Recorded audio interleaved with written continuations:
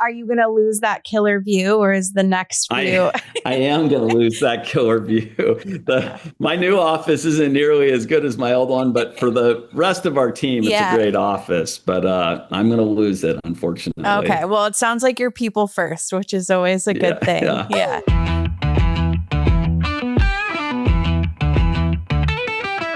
Live from the lounge, we're talking in real time. New vibes, bold minds, and stories that shine.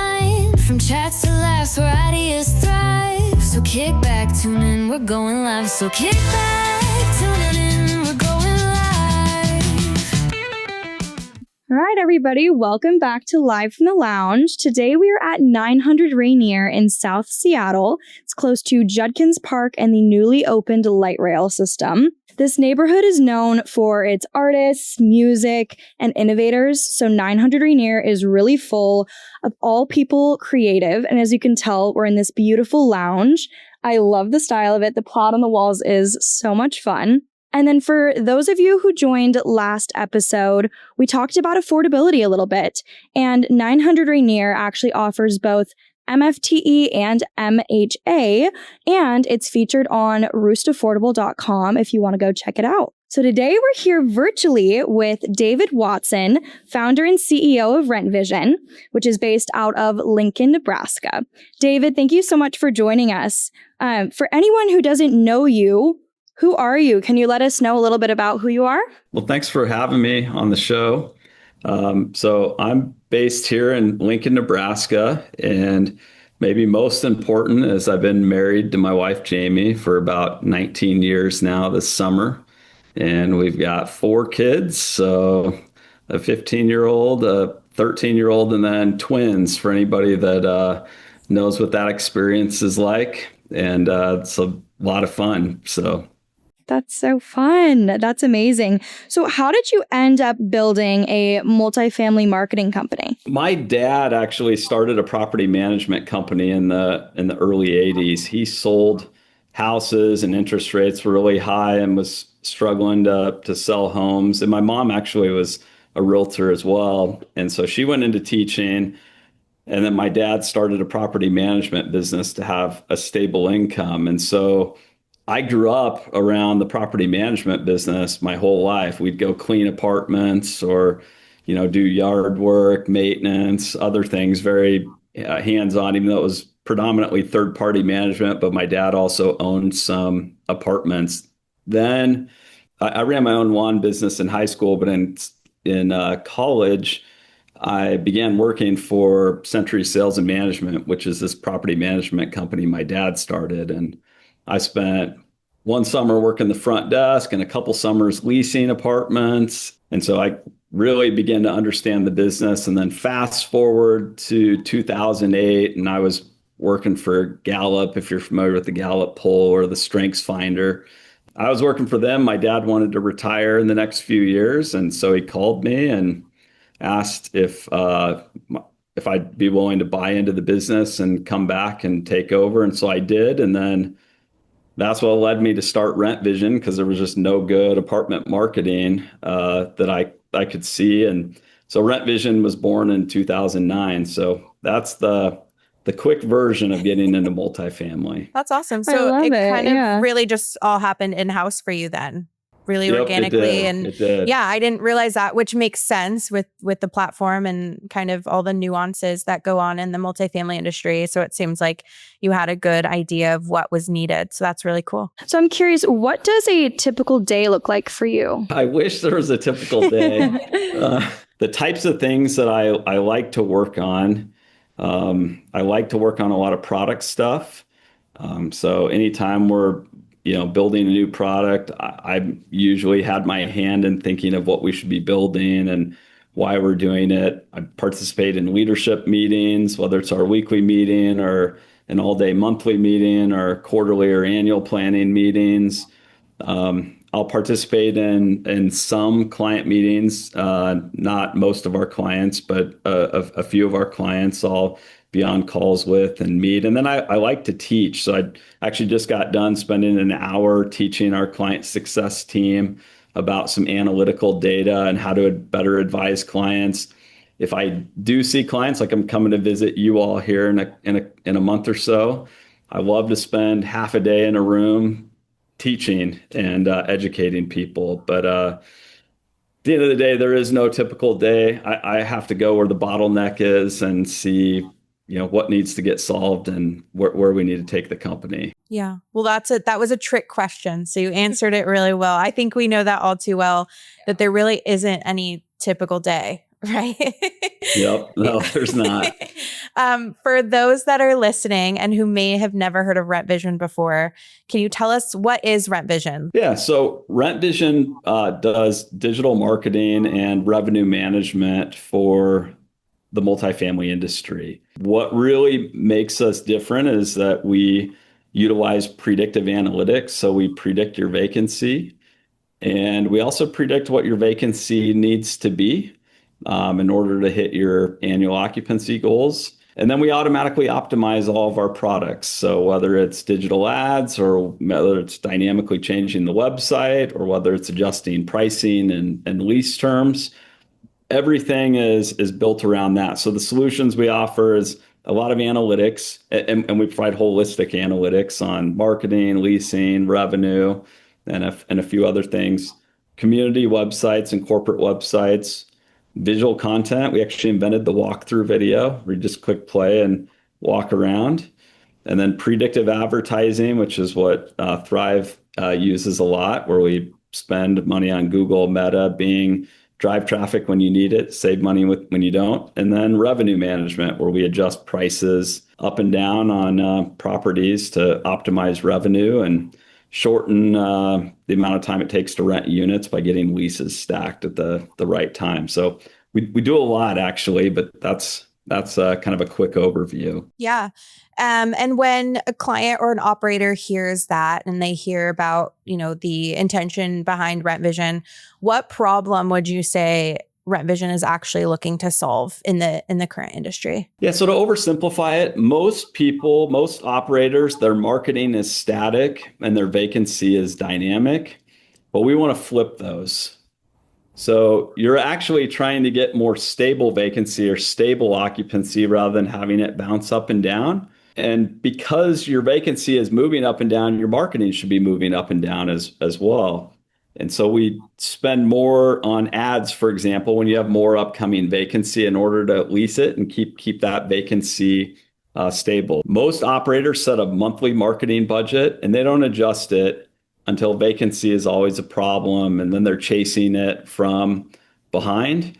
So we're looking ahead, seeing what's coming, and automatically making adjustments today to fix the future and fix your future vacancy. Perfect. So we were just talking about all of the different aspects of RentVision. And now that you cover advertising, websites, virtual tour, revenue management under one roof, was that always the vision, or did you continue to add these pieces because clients were asking for them? A lot of it was the vision from the early on. Revenue management came a couple years in when I was looking at web data and I was providing clients reports, and I could predict which apartments were renting and which ones weren't, because our websites show floor plan specific content. And so we could start to measure engagement at the floor plan level. And that's what triggered the idea of doing revenue management. But early on, we were just thinking about marketing and walkthrough video tours. And then shortly thereafter, we pivoted to websites because we started as an ILS. And then I realized if we were going to best serve our clients, we should build up their web presence and not ours. And that's what caused us to build their websites and what caused us to do Google Ads at the time. Now we do Bing and Meta. And then ultimately it was seeing web data that caused us to think about revenue management. But clients are pretty helpful for refining your products. And so we've added a lot of features working with clients, but the big items we had kind of thought through probably within the first three years of operating the company. Great. That's really interesting to kind of hear like the back end of it, because you would think that those things start happening like later on in time, but it's really cool that that was part of the original vision. I have another question. So as CEO, Where do you personally spend most of your time right now? Is it product growth or is it something else entirely? That changes with the season. Product, though, never changes. I always spend time with the product and what we're building, because that is what the customer actually gets. And it's the best way I can maximize the residual value for the customer.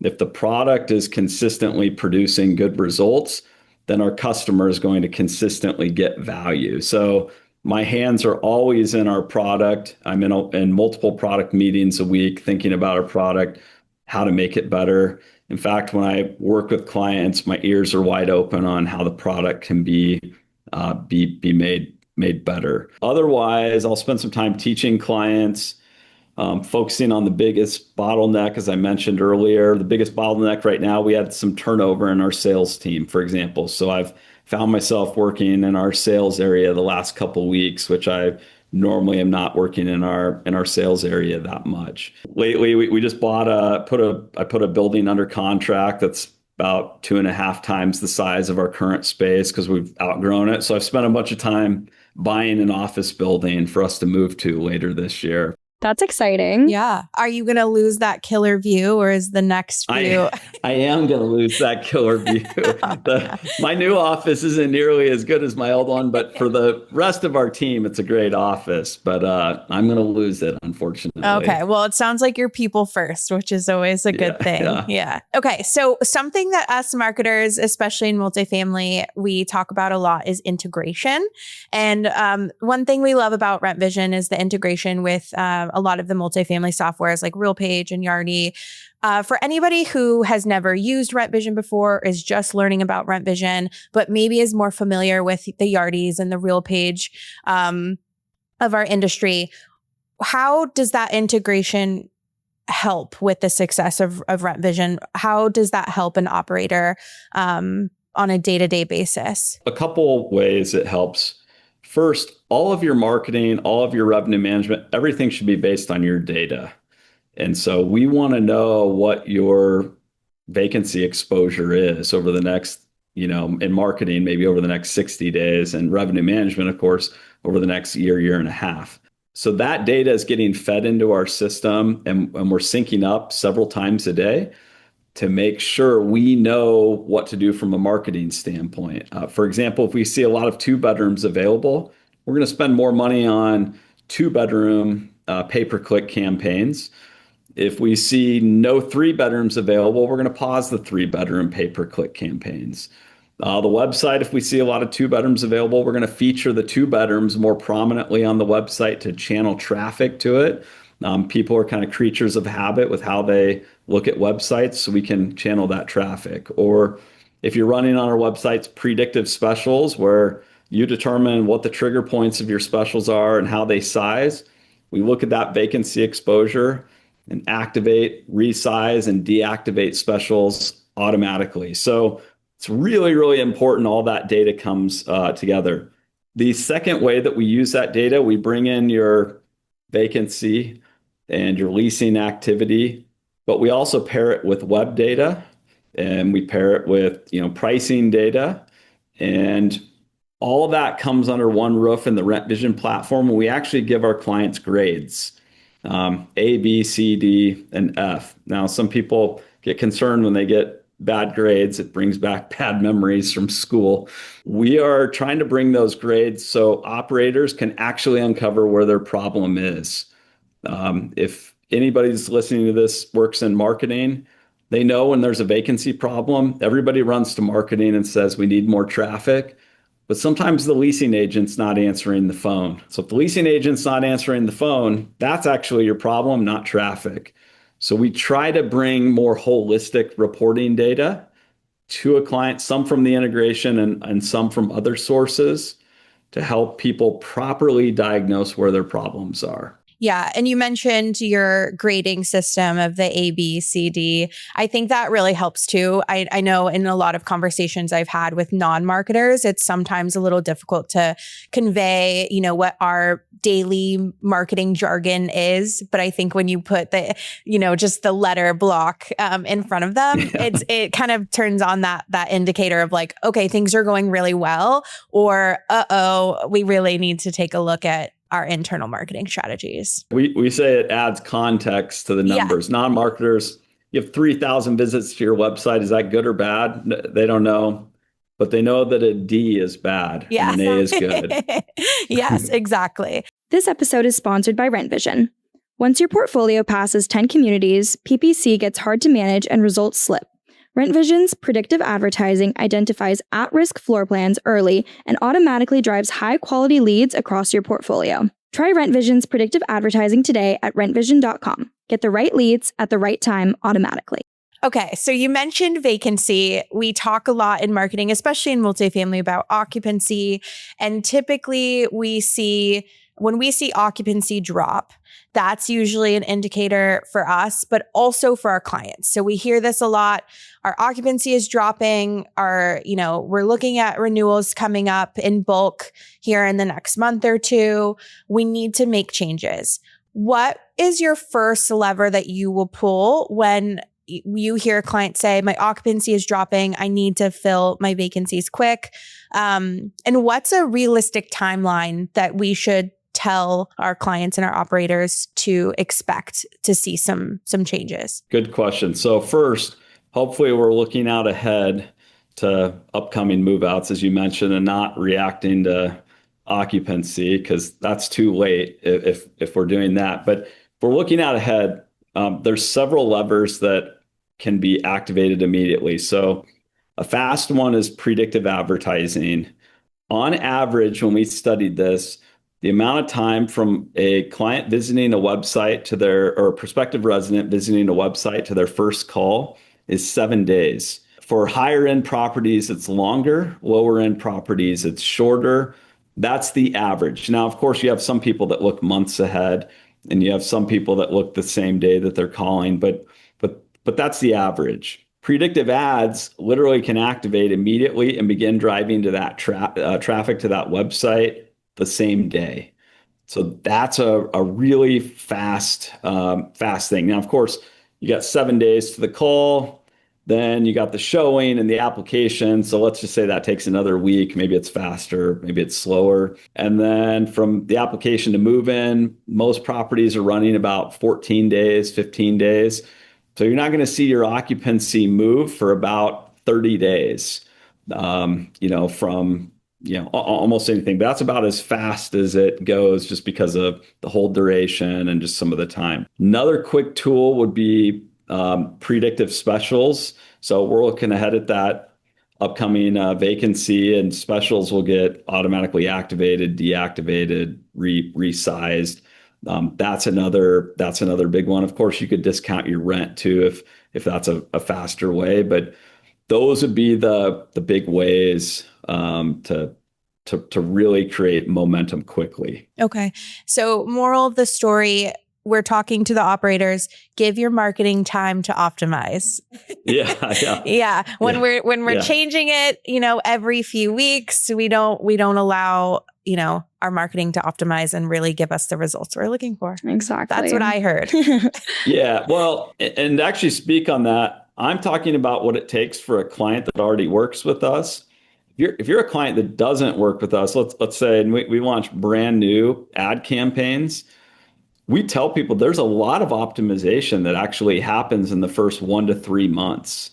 As we're running marketing on thousands of keywords. Yeah. Well, it takes time to see which keywords are really performing, and then to automatically reallocate budget to the keywords that are performing well and away from the keywords that aren't, or to allocate budget to Google if that's performing better than Facebook.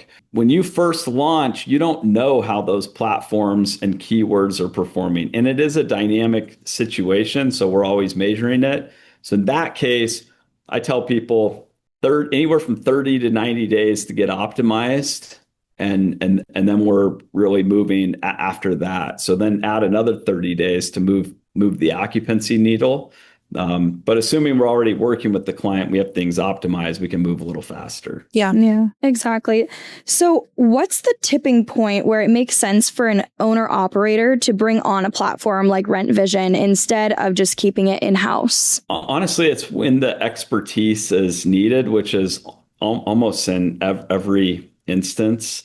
I think there's so much expertise in ads, and then trying to figure out how to get the best performing website, and of course revenue management. That's impossible to do too, on a manual standpoint. So the ROI is usually incredible. Here's the real question: is the client emotionally ready? So predictive ads is an easy entry point because you don't have to displace anything. We can come in, do digital ads. You can keep almost everything running as is. A website's a little more emotional for some people to give up their site. Revenue management's even harder because now they're giving up, some level of control on pricing, even though they can manually adjust it. So there's really not a tipping point.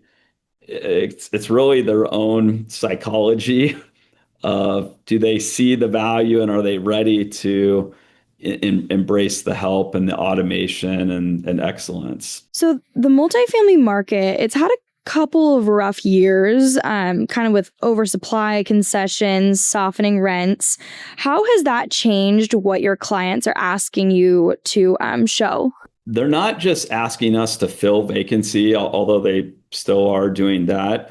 But what's actually shifted is more clients want to talk about vacancy prevention. So, we think about post-COVID, everything was super easy to fill and average marketing worked. And now certain markets have stayed soft for months or even some for years. And the thing that we're talking about with them more is good residents are much harder to replace now. So conversations have become more holistic. Rather than just focusing on traffic, we're measuring their annual turnover rate. And we're saying, well, we know properties that average 95% hit 43% turnover. And if you're trying to operate at 93%, we know what the target is there. What is your actual turnover rate running, as an example? If it's too high, now we're having conversations about the servicing at the site.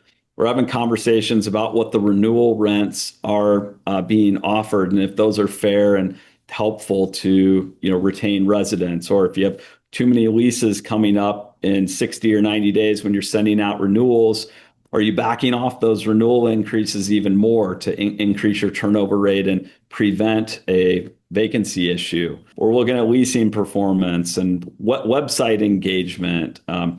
Just clients are broadening their understanding of the whole picture, knowing the leasing funnel is not just traffic, it's website engagement. It's, I was talking to a client this morning that was talking about their approval standards, and they lowered their approval standards from 3 times income to 2.5 as they were, and they're launching our services now here in the next couple weeks.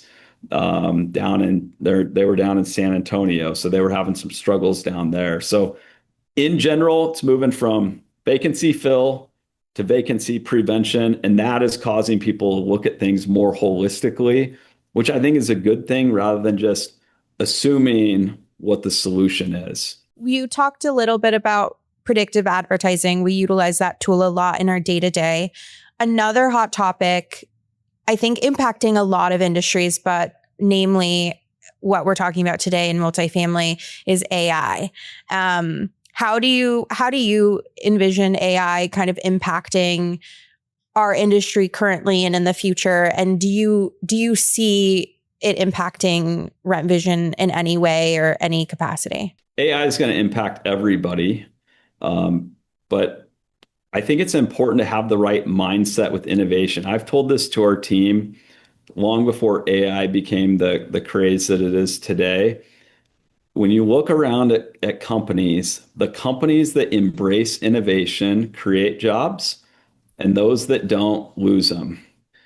And so many people can ignore AI or ignore other things, and they are afraid that it'll replace their job. But I just tell them, if you don't embrace it, you will get replaced, because that's exactly what has happened historically, whether it's been the internet or one of many other inventions that we can look at over the last many decades. That being said, while I believe AI will fully transform a lot of things, you hear a lot of people saying it's going to fully transform things in 3 weeks or 3 months. I think it's going to take more like 5 to 10 years for a full transformation to take place. A good example of this is like Tesla's self-driving. I mean, Elon Musk said like 8, 9 years ago it was like ready and going to be done, and the guy is very intelligent. It's not like they don't have the brightest minds on that, but it's taken 8 years, and it's pretty good. I mean, it's really good. And they're just starting to figure out how to do it now without supervised drivers, sitting in the seat. And they realize that the long tail of decisions that have to happen with self-driving is way longer than they ever expected.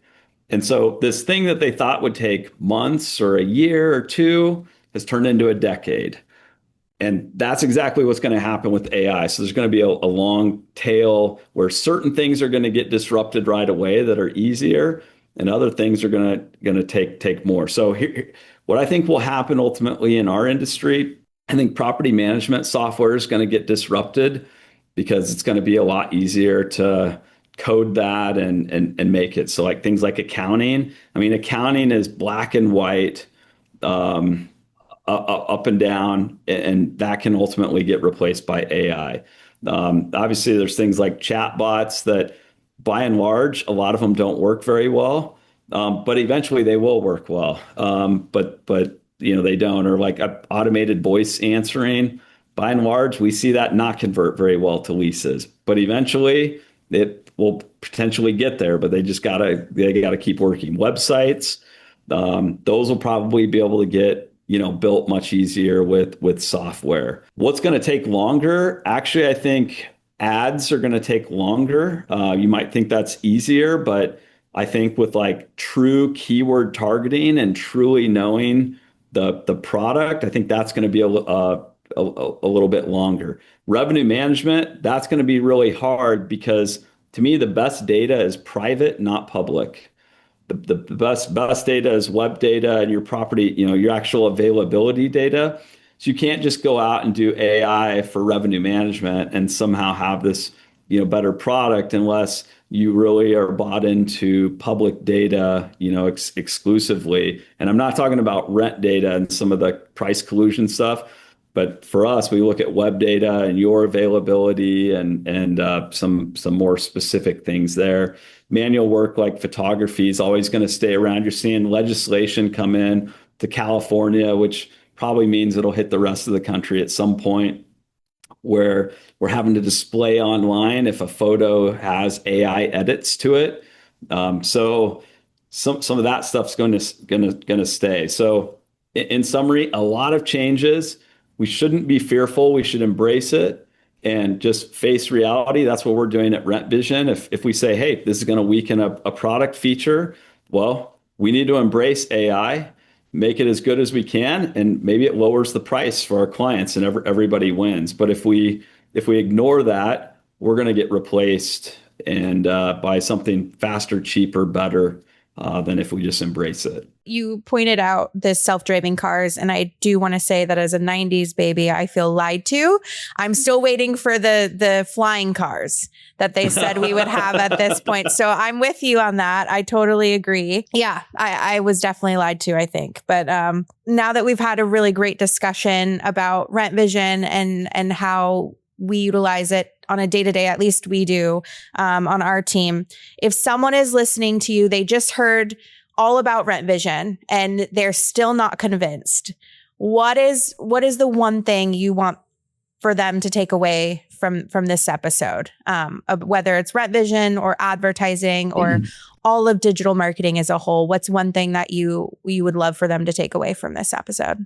Main thing to take away is your marketing needs to start preventing vacancy, not reacting to it. And we make that happen. So always looking ahead and making automated adjustments, which simplifies things for your team and delivers the best outcome for your property owners. So you're going to deal with a lot less difficult conversations from your clients.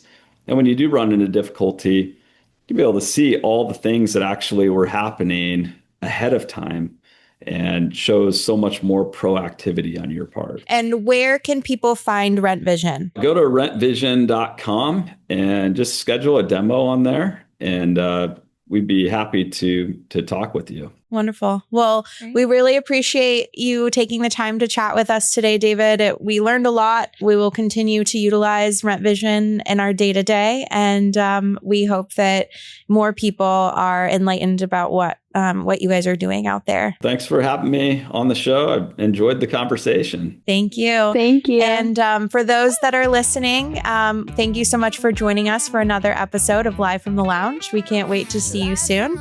You can find us on YouTube, Spotify, Apple Music, or anywhere you listen to your podcasts. Thank you so much. Bye, guys. We're going live, so kick back.